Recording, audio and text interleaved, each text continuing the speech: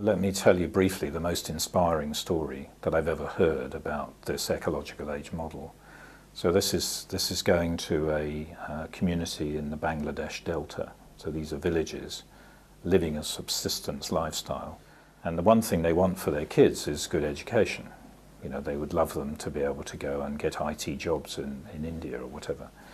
And so somebody says, I know what I'll do, I'll build a boat and I'll put some schoolroom benches and desks on this boat with a canopy over to protect them from the sun. And I'll float this boat to villages and provide some education on the boat for the kids, and I'll come back every few weeks and help with the education. So this person then thought, well, it would be really, really good if I could have some laptops on the boat. So where do I get the power from?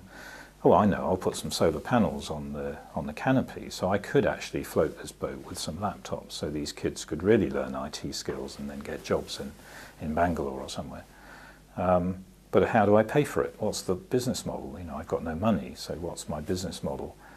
And then the realization dawned that if on the side of the boat they lined up little battery-powered lamps and charged them up from the sunlight on the top during the day, they could then say to the villagers, we will lease you these lamps if you give us the money you're spending on the kerosene that you're using in your existing lamps.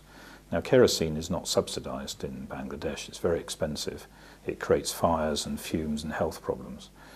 So the deal was done, and the villagers provide the money that they're spending on kerosene, and they get these lamps free, effectively. It doesn't cost them anything. And there are now 250 of these boats bringing education to something like 450,000 children in Bangladesh on the back of that model.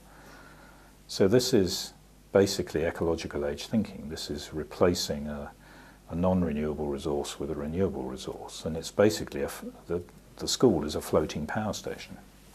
Effectively, this is the model. It's a floating power station for the village, which is just beautiful.